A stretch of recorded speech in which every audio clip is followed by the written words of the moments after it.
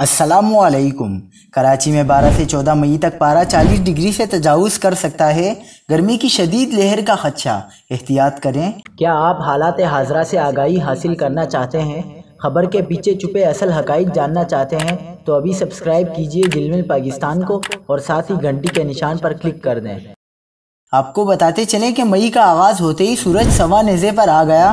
गर्मी की शिद्दत जैसे अब है, कभी ऐसे नहीं थी। वैसे तो अप्रैल में दर्जा हरारत ज़्यादा रहने का 61 साला रिकॉर्ड टूटा, लेकिन मई के शुरू के 2-4 दिन छोड़ गर्मी खूब पड़ी। सूरज ने भी खूब आंखें दिखाई। अभी तो ये आगाज़ है, गर्मी की शदीद लहर आने को तैयार है।